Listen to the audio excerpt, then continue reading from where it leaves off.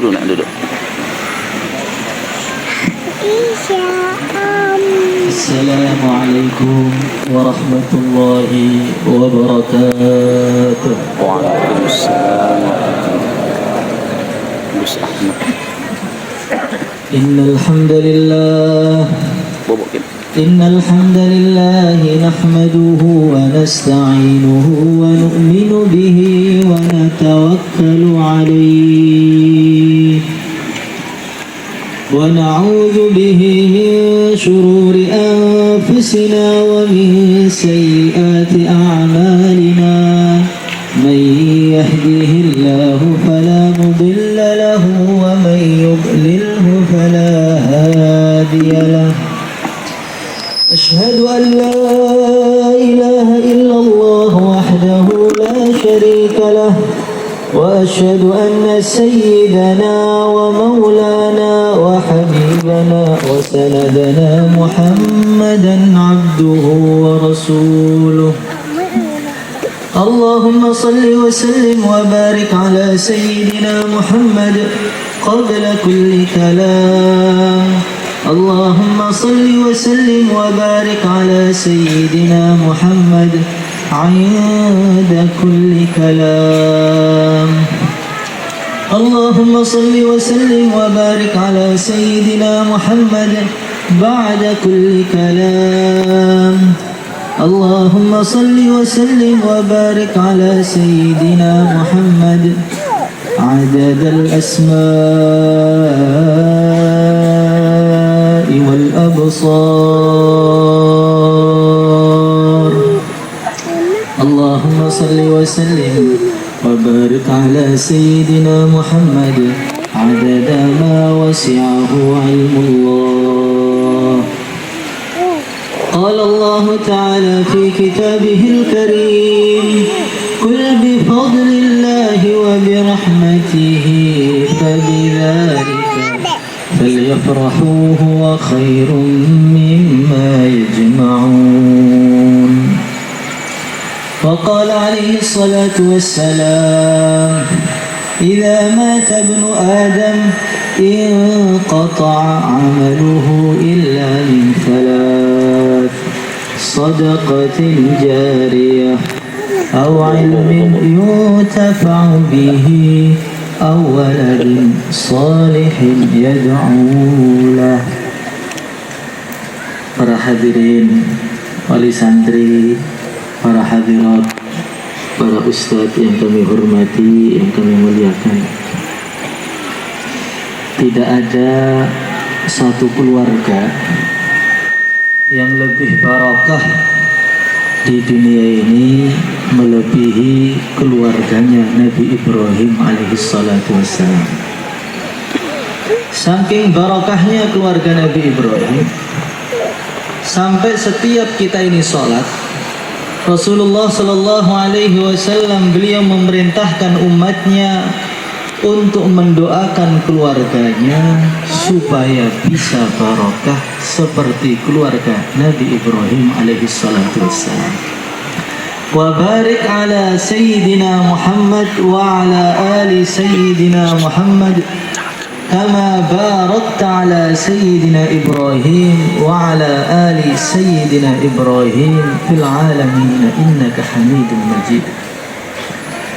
Nabi Ibrahim ini keluarganya mengeluarkan orang-orang yang paling istimewa di dunia ini. Seluruh para nabi, hampir seluruhnya atau bahkan semuanya setelah Nabi Ibrahim, semua adalah anak cucu-cucunya Nabi Ibrahim alaihissalatu wassalam. Nabi Ibrahim mengeluarkan cucu-cucu yang raja.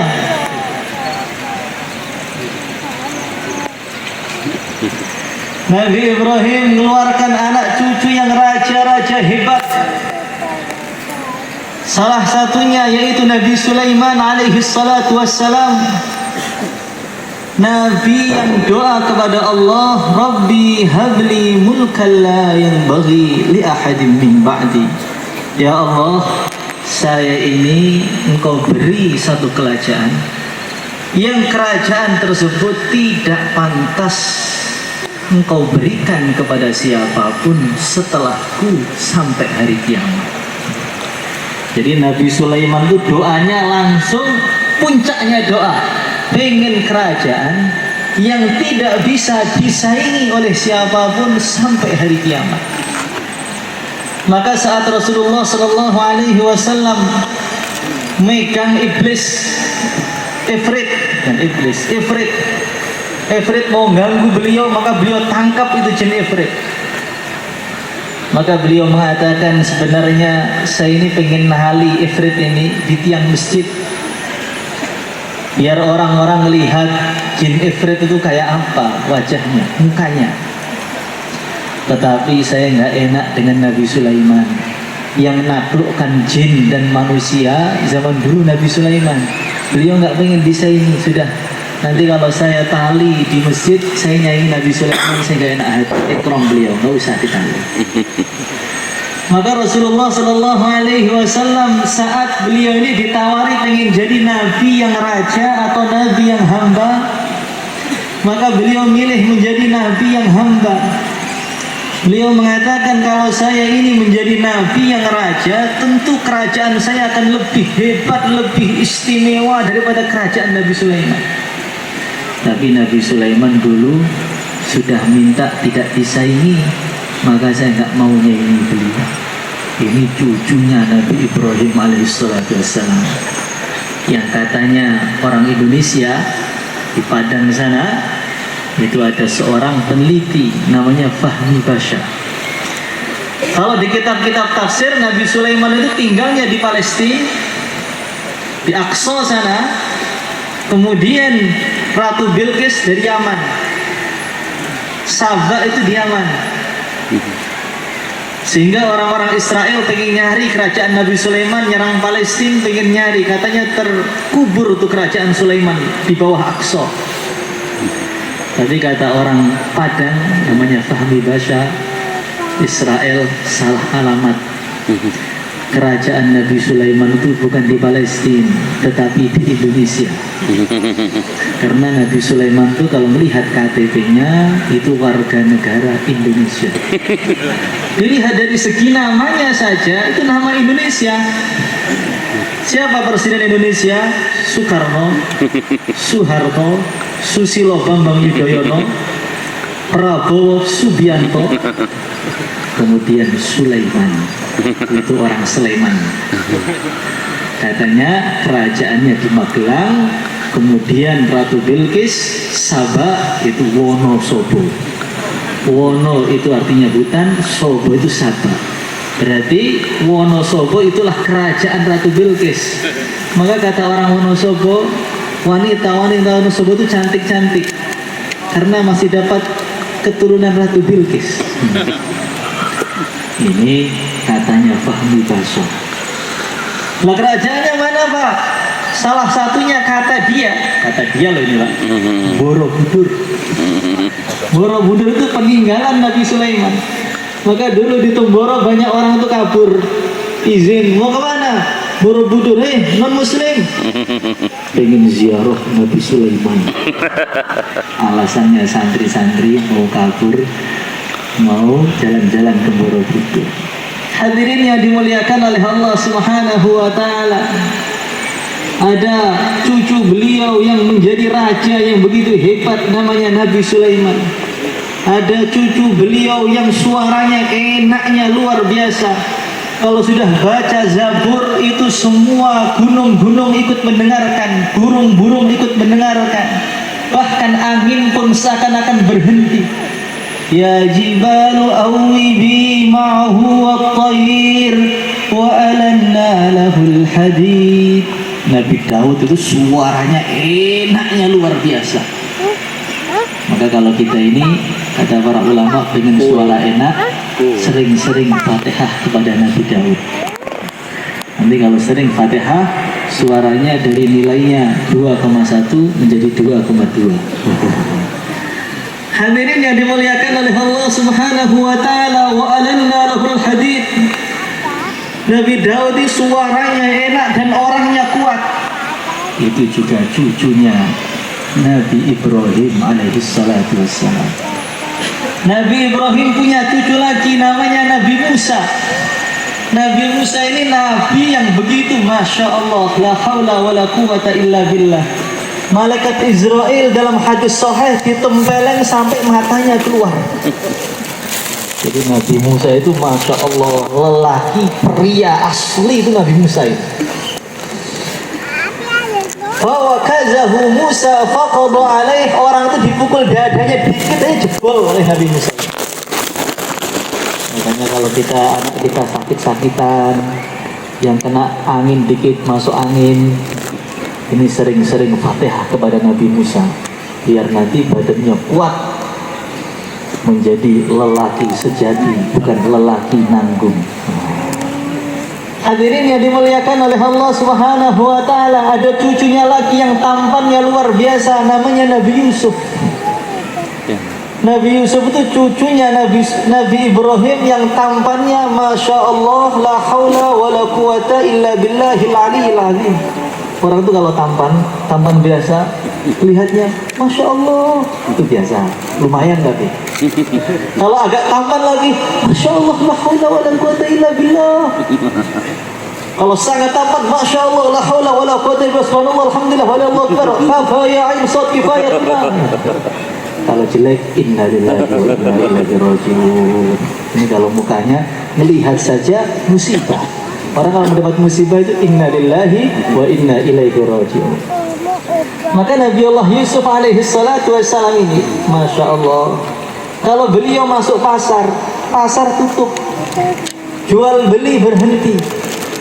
Laki-laki, perempuan, apalagi ibu-ibu, keluar semua dari kedainya nonton Nabi Yusuf sampai tidak bisa kedip matanya. Falamma ra'aynahu akbarnahu wa qatta'na aydiyahun wa qulna hasya lillahi ma hadha bashara in hadha illa malakun karim.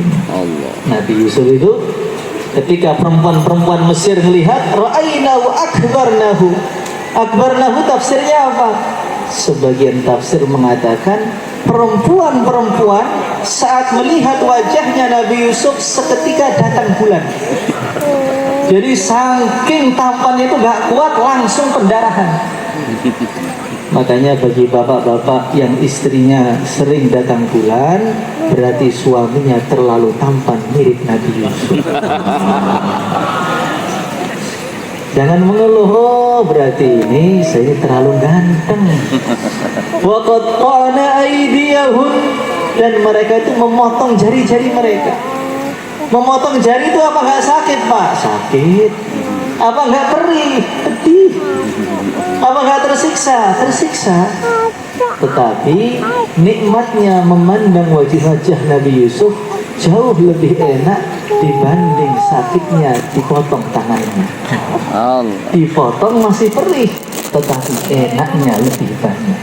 Wa qulna hasya lillah ma hadza bashara in hadza illa malakun karim. Saking tampannya Nabi Yusuf ini sampai tidak pantas dipanggil manusia.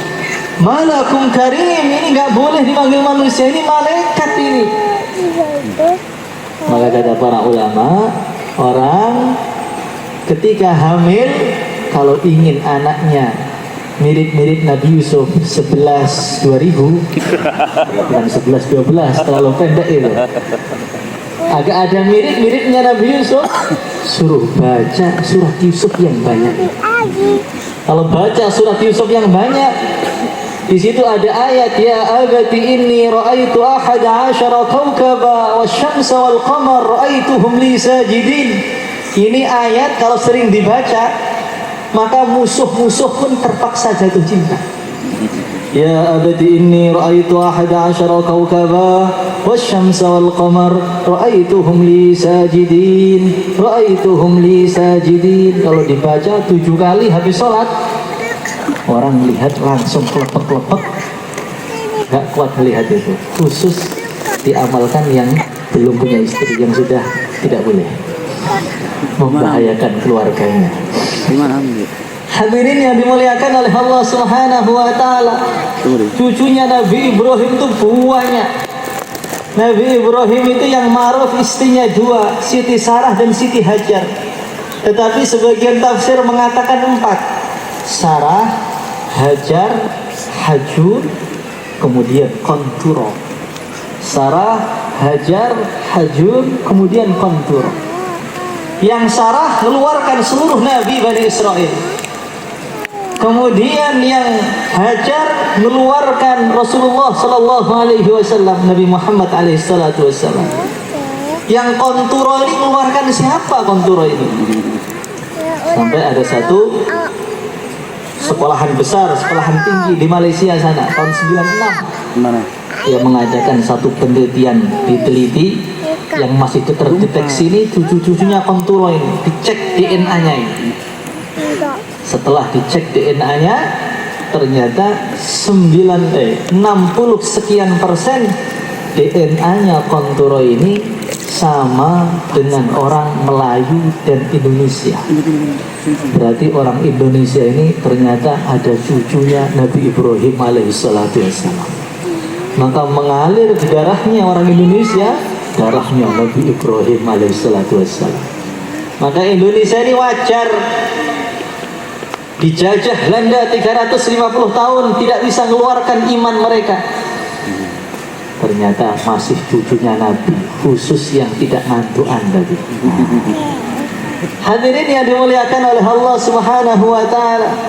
Keluarkan dari Nabi Ibrahim itu Rasulullah sallallahu alaihi wasallam, beliau mengatakan ana da'watu Ibrahim, saya ini adalah berkah doanya Nabi Ibrahim 2500 tahun yang lalu.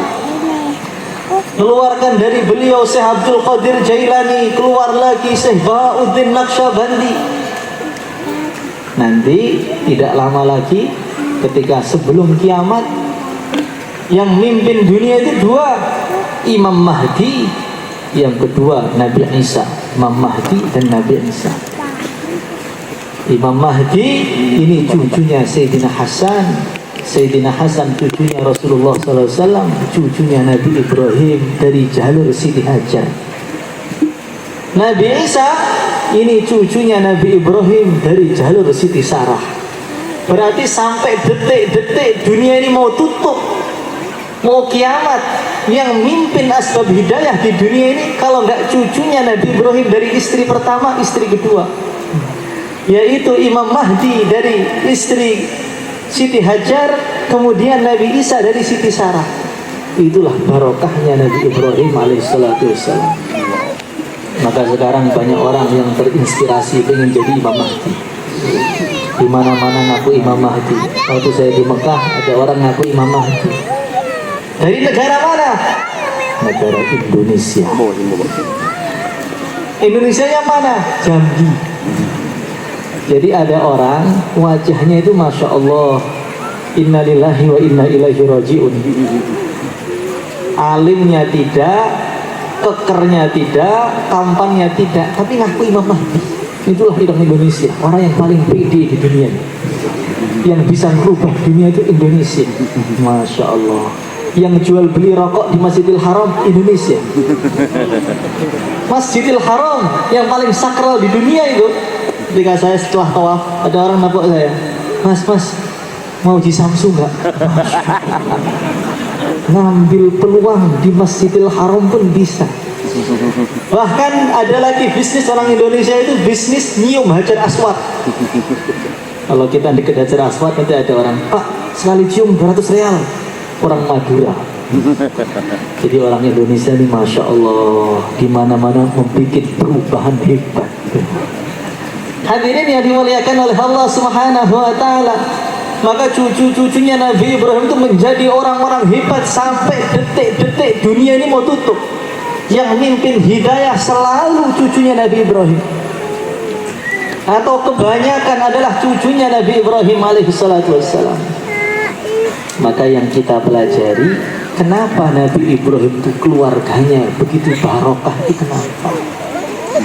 Kenapa Nabi Ibrahim itu keluarganya begitu istimewa sampai ngatur dunia itu kenapa? Ada kata para ulama, yang pertama, Nabi Ibrahim itu seorang nabi yang paling banyak doakan anak cucunya. Dan doakannya itu bukan doakan biasa, doakan yang begitu detail. Didoakan agamanya, didoakan dunianya, didoakan kekuasaannya. Rabbana inni askantu min dzurriyyati biwadin ghairi dzi zar'in 'inda baitikal muharram. Ya Allah, anak cucu saya Nabi Ismail ini saya letakkan di Mekah, di samping Ka'bah. Rabbana liyuqimus shalah. Saya letakkan di sini supaya anak cucu saya ini menegakkan sholat, memakmurkan masjid. Berarti ciri-ciri cucunya Nabi Ibrahim itu senang memakmurkan masjid. Orang gak terlalu suka memakmurkan masjid, berarti diragukan kecucuan Nabi Ibrahim. Faj'al af'idatan minan nas tahwi ilaihim. Nabi Ibrahim itu sampai doa, faj'al af'idatan minan nas tahwi ilaihim. Ya Allah, jadikan hatinya manusia ini tertarik kepada mereka, tertarik kepada Makkah Al-Mukarramah, tertarik kepada anak cucu saya. Jadi peletnya anak cucu Nabi Ibrahim itu langsung didoakan Nabi Ibrahim.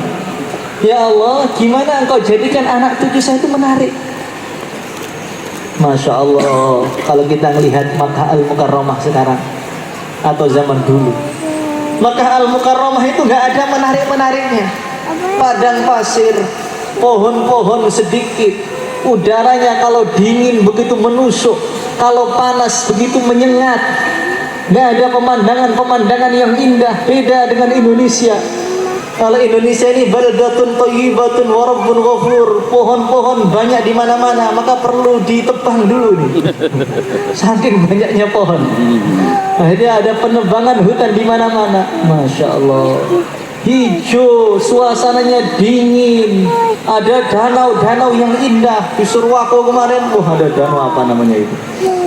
Matano. Apa itu, pokoknya bagusnya, hampir mirip surga, kurang banyak.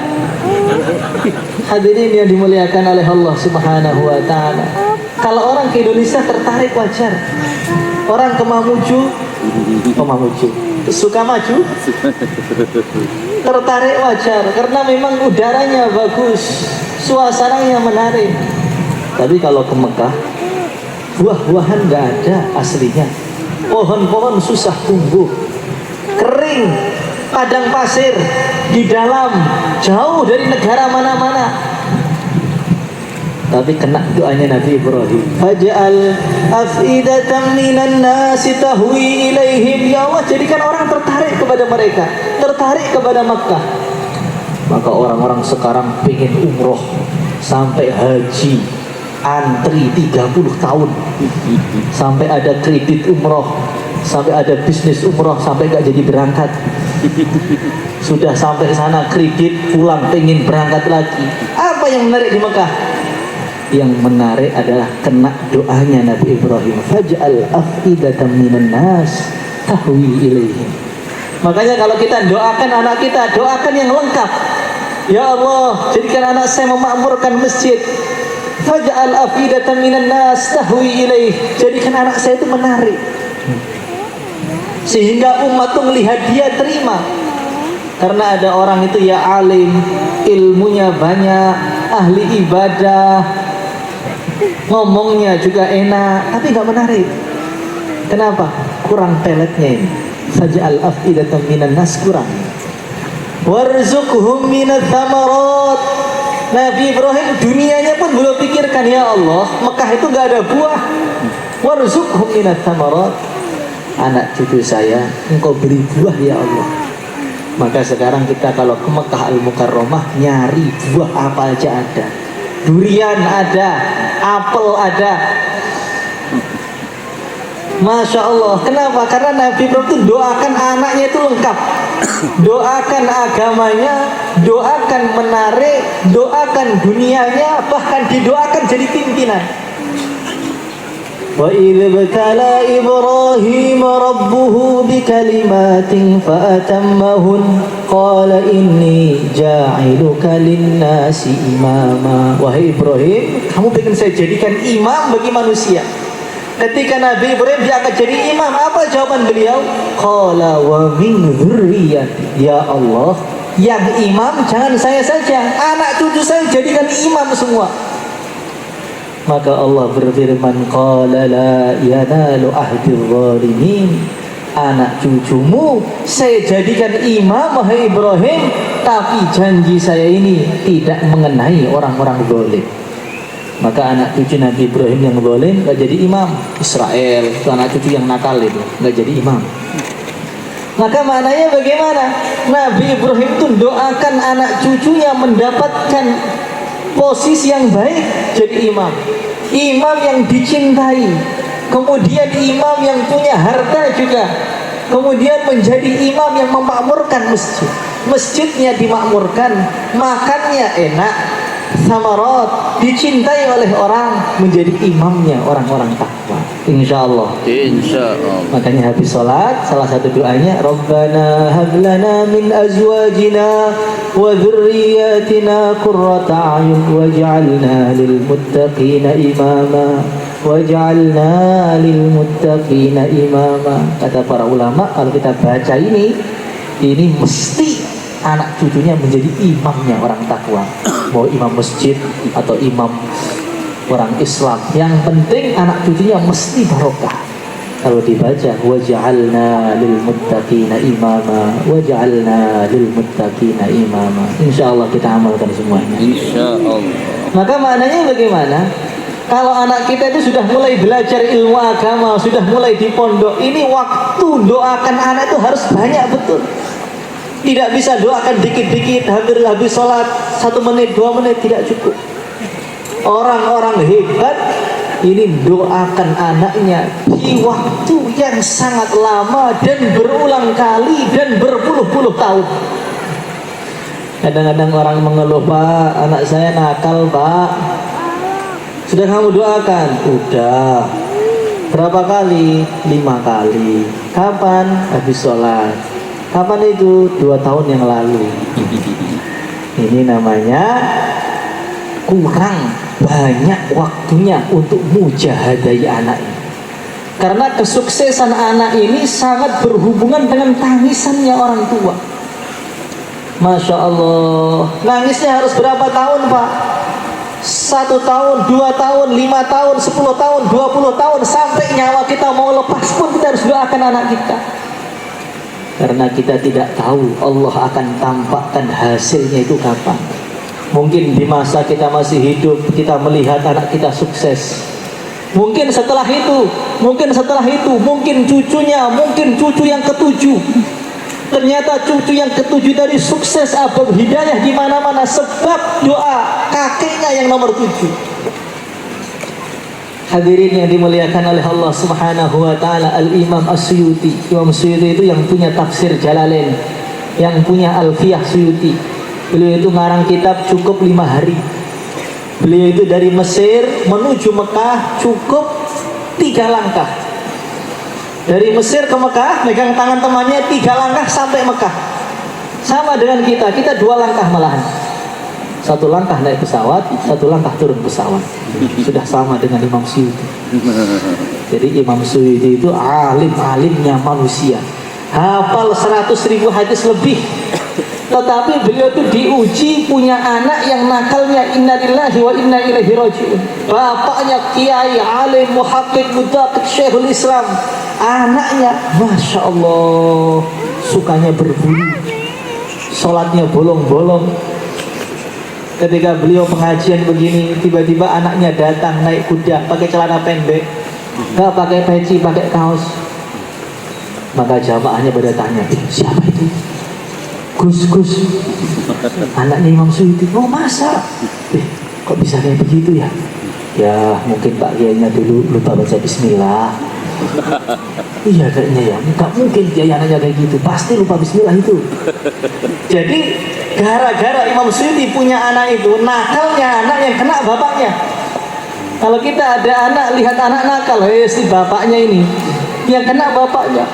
Maka didoakan Imam Suyuti puluhan tahun, belasan tahun, nggak ada perubahan.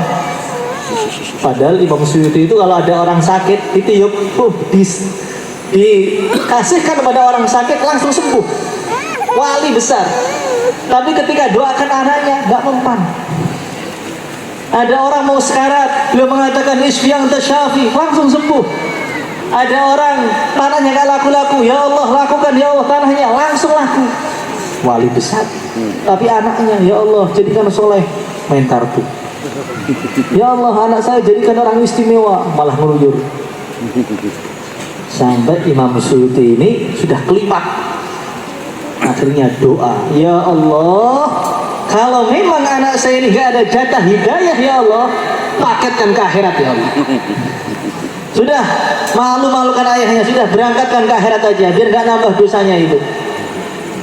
Setelah didoakan anaknya hilang. Habis didoakan dengan tobat hilang. Dicari gak ketemu.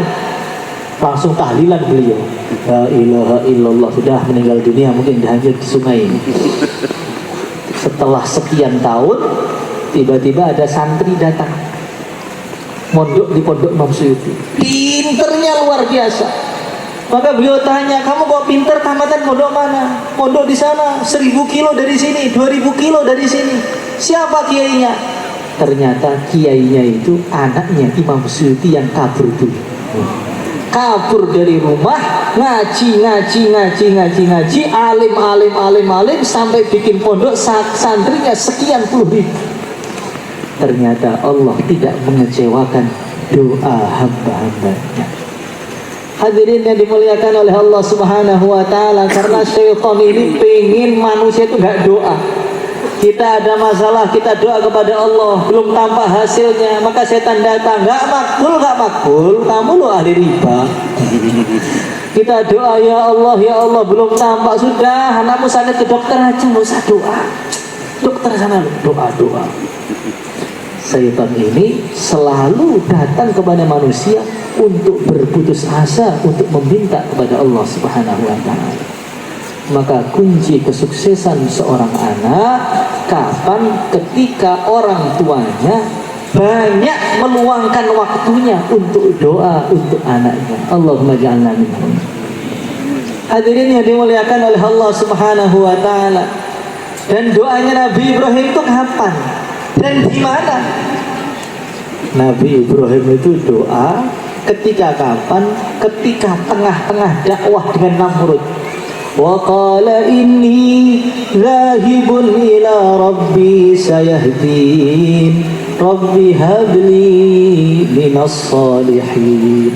Tengah-tengah dakwah itu lagi berantem dengan Namrud, mau dibuang di dalam kobaran api. Tengah-tengah genting begitu, beliau menyelipkan doanya, wa qala inni dhahibun ila rabbi sayahdin rabbi habli minas salihin. Ya Allah, minta anak soleh ya Allah. Maka kata para ulama, doa itu bisa cospun, kecepatannya bisa 1000 km per jam. Kapan? Ketika seseorang tengah-tengah memikirkan umat. Maka gurunya Imam Malik, salah satu orang yang teralim di Madinah, namanya saya agak lupa, Robi kalau nggak salah itu. Maka gurunya Imam Malik tadi, yang walimnya luar biasa ini kisahnya bagaimana? Dia itu punya ayah namanya Farrukh. Ayahnya ini adalah mujahid, ahli jihad. Sudah tua ayahnya ini, tetapi memang sukanya itu perang. Dari satu pertempuran ke pertempuran yang lain, pertempuran ke pertempuran yang lain, termasuk jagoan umat Islam, panglima, striker lah istilahnya. Maka Farrukh ini dapat panggilan untuk jihad. Dia datangi istrinya, hei istriku, tadi oleh khalifah dipanggil untuk jihad. Saya itu ada uang 1000 dinar, saya simpan di bawah kasur itu, saya tanam di dalam tanah. Nanti kalau anak saya butuh apa-apa, kamu keluarkan, ambil uang itu, saya mau jihad. Akhirnya Farrukh itu jihad. Satu perang belum selesai, kemudian maju lagi, pindah lagi, perang lagi, selesai, pindah lagi, selesai, terus nggak jadi perang karena penaklukan. Berapa tahun? Bukan belasan lagi, sampai 20 sekian tahun. Jadi bukan Karkun setahun, Karkun 20 tahun. Ini Farrukh ini tua tetapi ahli dalam jihad. Istilahnya tua tapi gak buncit tadi.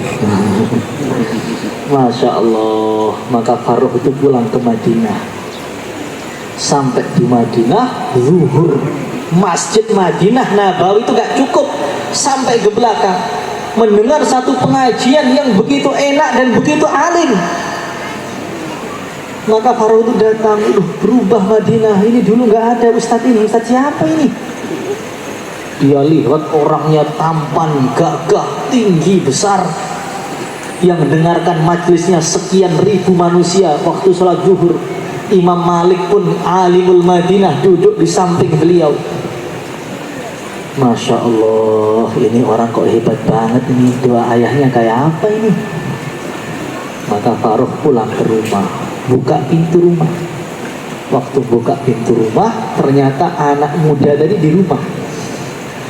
Maka beliau mengatakan, ternyata kamu ustadz masuk rumah orang gak izin. Ustadz casingnya doang. Bapaknya sudah tua, tapi jagoan ahli Rusia, mujahid. Anaknya masih muda, langsung berantem. Banting-bantingan.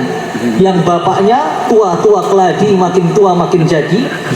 Yang anaknya memang masih muda, tua yang berotot, muda yang masih seger.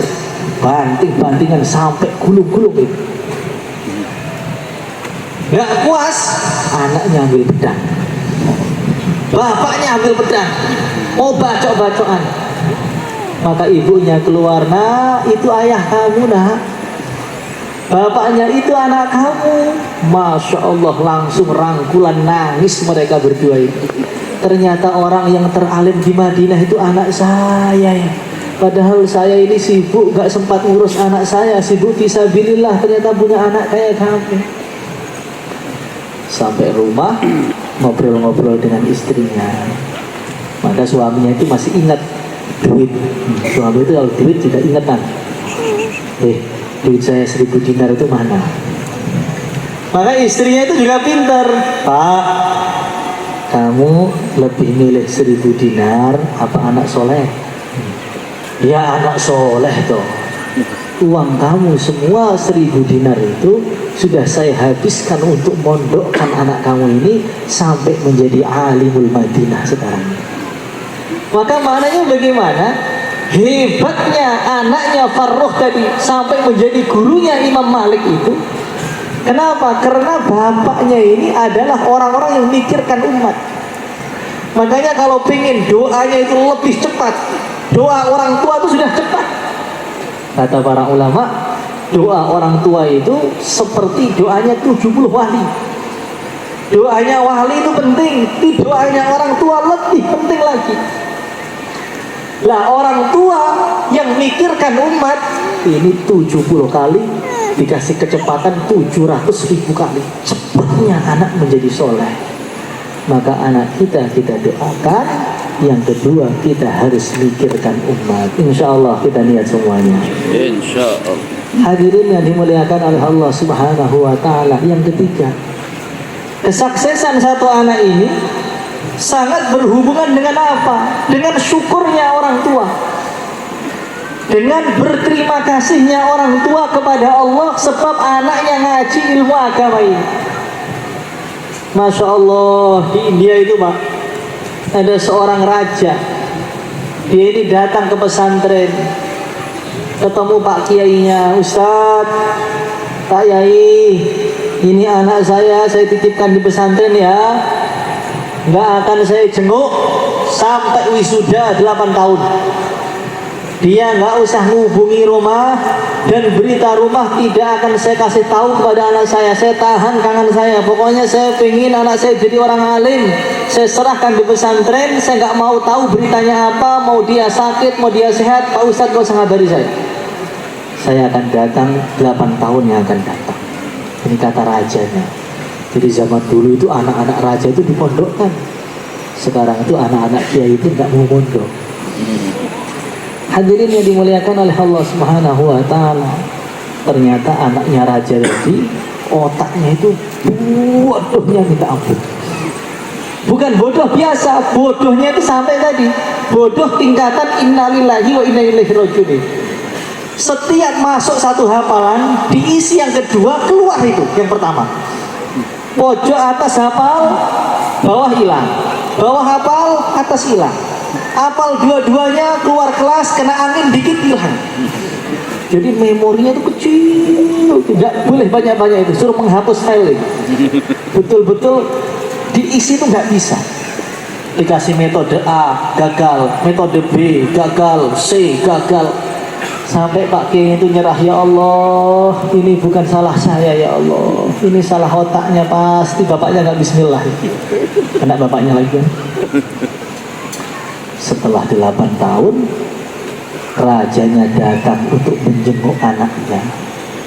Lulusan wisuda di acara wali santri.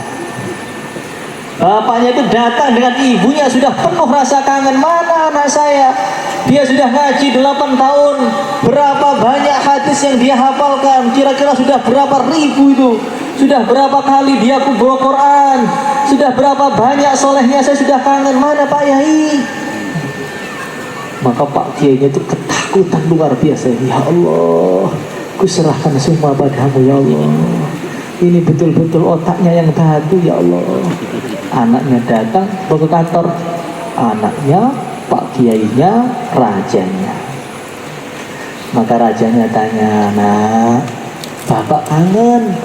Sebelum Bapak meluk kamu, Bapak pengen tanya, selama kamu ngaji 8 tahun di pondok ini, nak, sudah berapa banyak ilmu yang kamu dapat? Ceritakan kepada ayah. Ayah pengen dengar ilmu agama dari anak ayah yang paling ganteng ini. Maka anaknya itu merenung sampai keringetan. Dia mikir bab sholat nggak masuk. Dia mikir bab haji apalagi nggak masuk. Bab jihad nggak masuk. Dia pikir bab niat nggak ada yang ingat. Kosong betul otaknya. Ditunggu oleh ayahnya bukan sejam 2 jam sampai 5 jam. Ayahnya betah karena beliau itu pengen mendengarkan ilmu agama dari mulut anaknya. Setelah 5 jam anaknya tiba-tiba senyum. Ya, apa nak? Saya tahu ilmu ya. Ilmu apa? Kata Pak Ustadz, wanita yang sedang datang bulan haid nggak boleh sholat.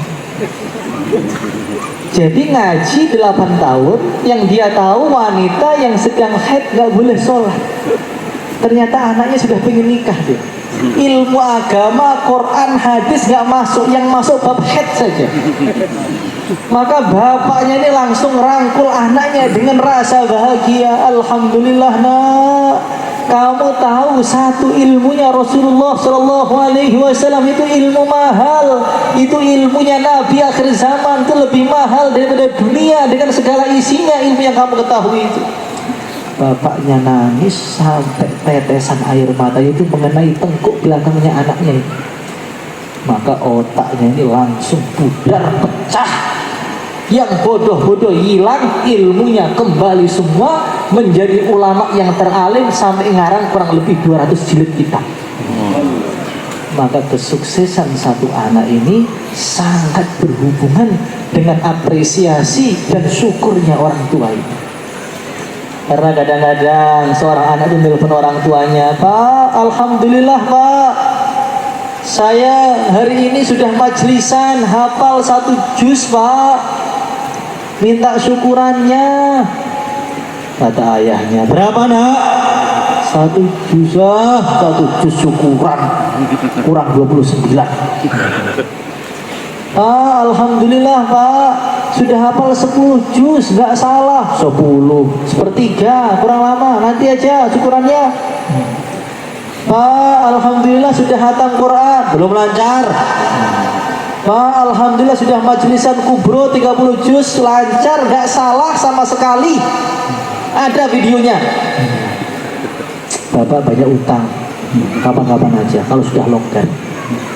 Ini namanya kurang mensyukuri nikmat yang Allah berikan kepada kita, yaitu anak-anak kita dipilih oleh Allah di dalam otak mereka menyimpan firman-firman-Nya Allah.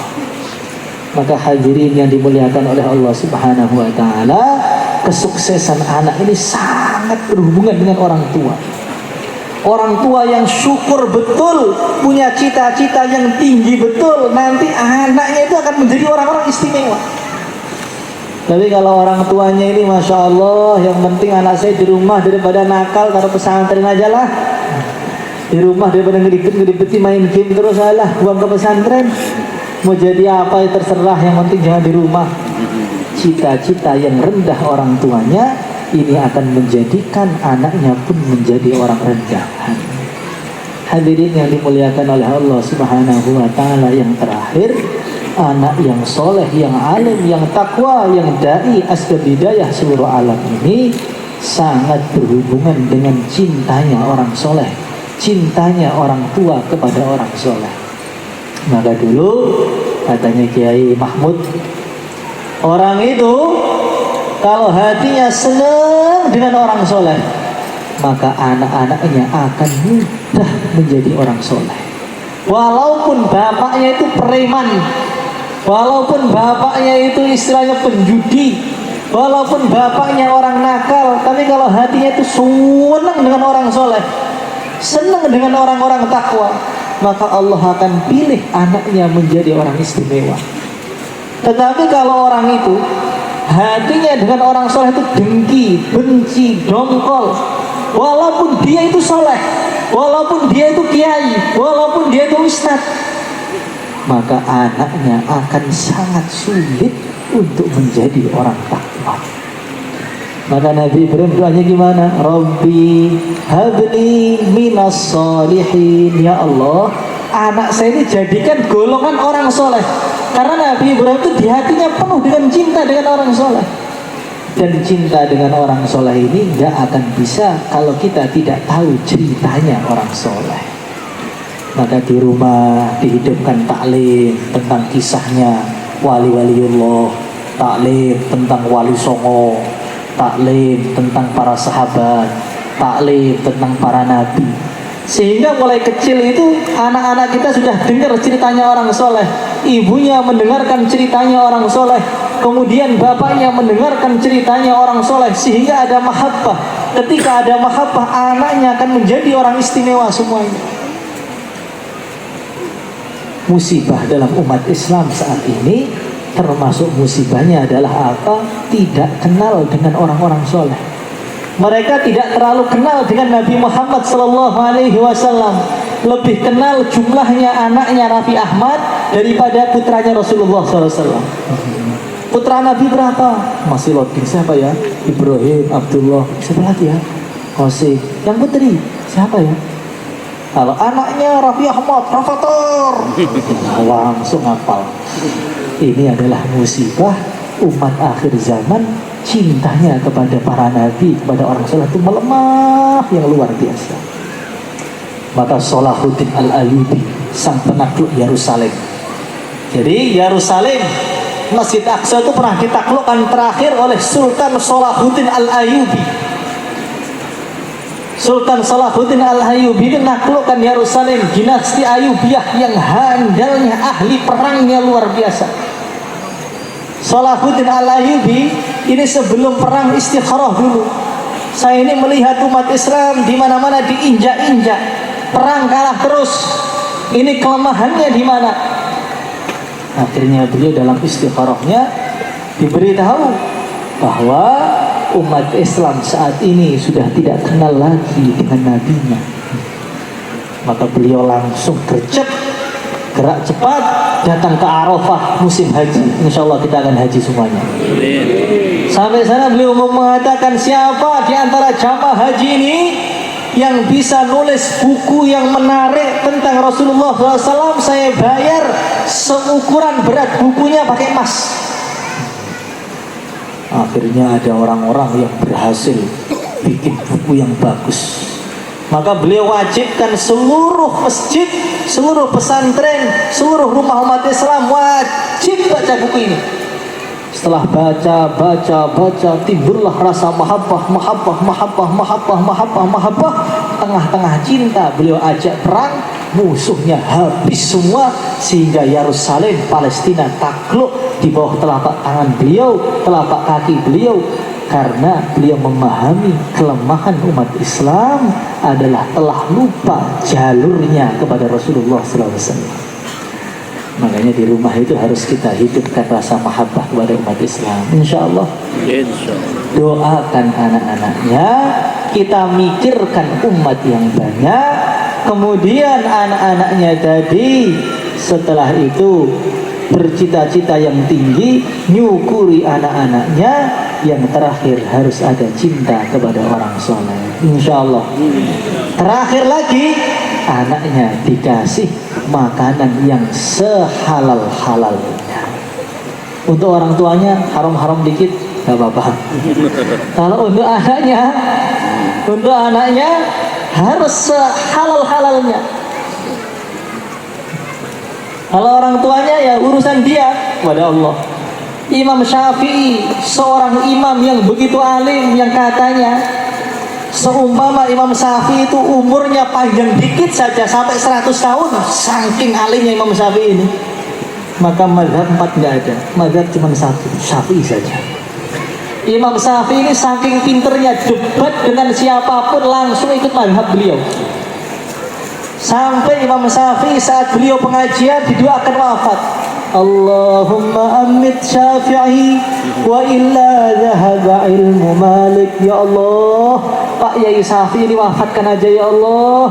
Kalau beliau masih hidup, lama-lama madhabnya Imam Malik habis dari Imam Syafi'i.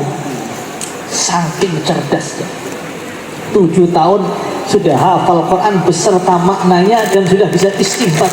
Duduk di majlis beliau berfatwa, umurnya masih belasan. Sampai Imam Ahmad tuh duduk di majlis Imam Syafi'i, ditegur oleh orang, kenapa kamu duduk di majlis anak muda? Banyak ulama yang sepuh itu.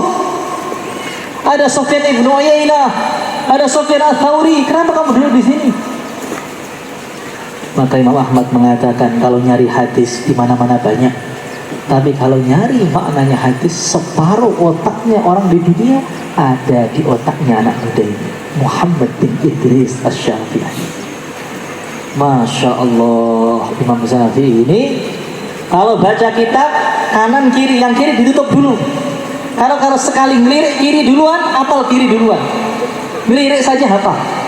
Itu namanya Imam Syafi'i. Dari mana beliau keluar? Dari seorang perempuan yang hebat, namanya Fatimah. Namanya Fatimah. Ini Fatimahnya itu bukan Fatimah biasa ini. Beliau itu sudah janji kepada Allah, anak saya tidak akan saya beri perkara haram, bahkan syubhat pun tidak, mulai bayi. Masya Allah, beliau itu pernah ke pasar. Syafi'i kecil itu nangis, oe.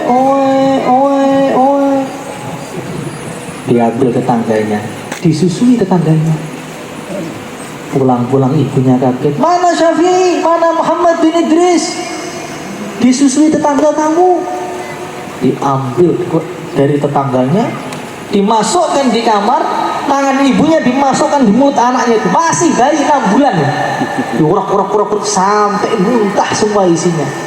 Maka ibunya mengatakan, saya khawatir kalau disusui oleh tetangga saya, kemudian tetangga saya ada makan haram atau syubhat, maka susunya menjadi susu syubhat, masuk di anak saya menjadi anak syubhat. Maka dikeluarkan susunya. Itulah Fatimah, ibunya Imam Syafi'i, yang sekarang sholat kita, rukuk kita ikut madhab Imam Syafi'i. Ibunya itu kalau mau nyusui, sholat 2 rakaat dulu, kemudian wudhu. Maka akhirnya keluarlah Imam Syafi'i. Maka diusahakan harta-harta yang diberikan kepada anaknya ini, harta-harta yang benar-benar halal, sehingga anak kita akan menjadi penyejuk kita di dunia, penyejuk kita di kubur, dan akan nuntun kita di surga firdaus. Allahumma ja'alna minhum. Anak yang soleh itu lihat saja senang, lihat saja badan yang capek, kolesterol yang naik, asam urat yang tinggi, melihat anaknya langsung turun semua sehat seketika. Itu namanya qurratu a'yun, itu begitu. Melihat saja menjadi penyejuk hati. Tapi kalau anak yang nggak soleh, melihat saja ayahnya stroke. Sekian banyak ayah stroke karena apa? Mikirkan anaknya. Sekian banyak ibu itu gagal ginjal, kenapa? Karena mikirkan anaknya. Makanya jangan sampai anak kita na'udzubillah menjadi anak-anak yang tidak soleh.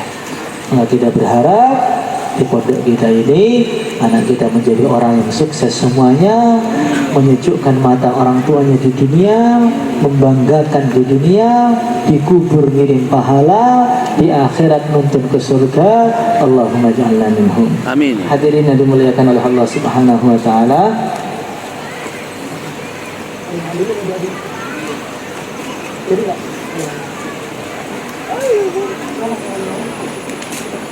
Masya Allah, ini ada orang yang mau walimahan. Ustaz siapa namanya?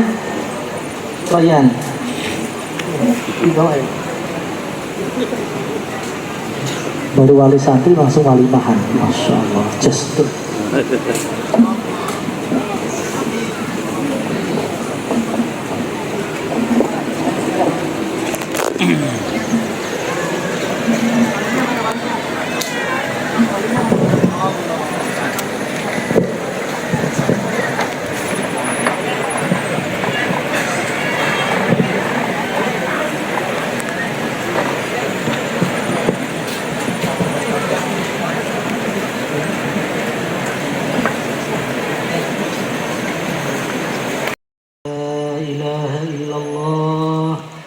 أشهد أن محمد رسول الله أشهد أن لا إله إلا الله وأشهد أن محمد رسول الله أشهد أن لا إله إلا الله وأشهد أن محمد رسول الله أستغفر الله العظيم.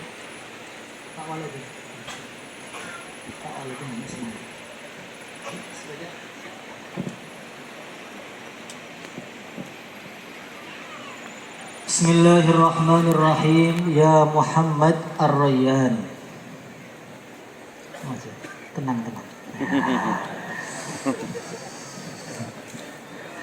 Bismillahirrahmanirrahim. Ya Muhammad Ar-Rayyan.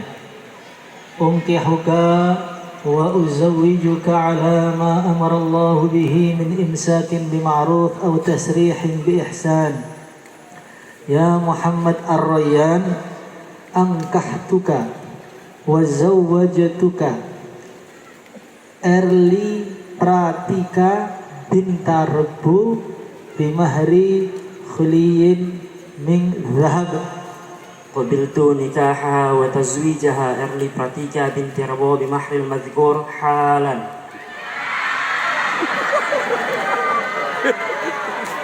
اللهم بارك لهما يسر لهما امورهما بارك الله لك وبارك عليك وجمع بينكما في خير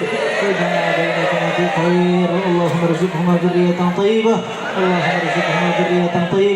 ربنا هب لنا من ازواجنا وذرياتنا قرة اعين واجعلنا للمتقين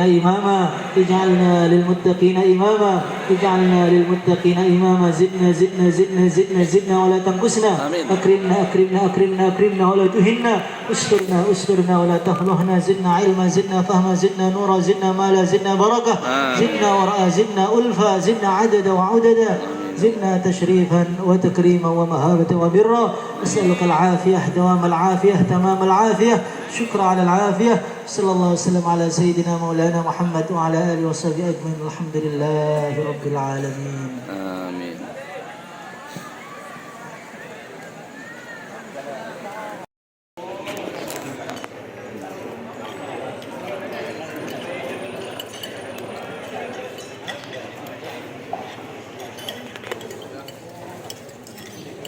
Alhamdulillah yang dimuliakan Allah Subhanahu wa taala, berakhir sudah acara pertemuan wali santri kita berdua ini.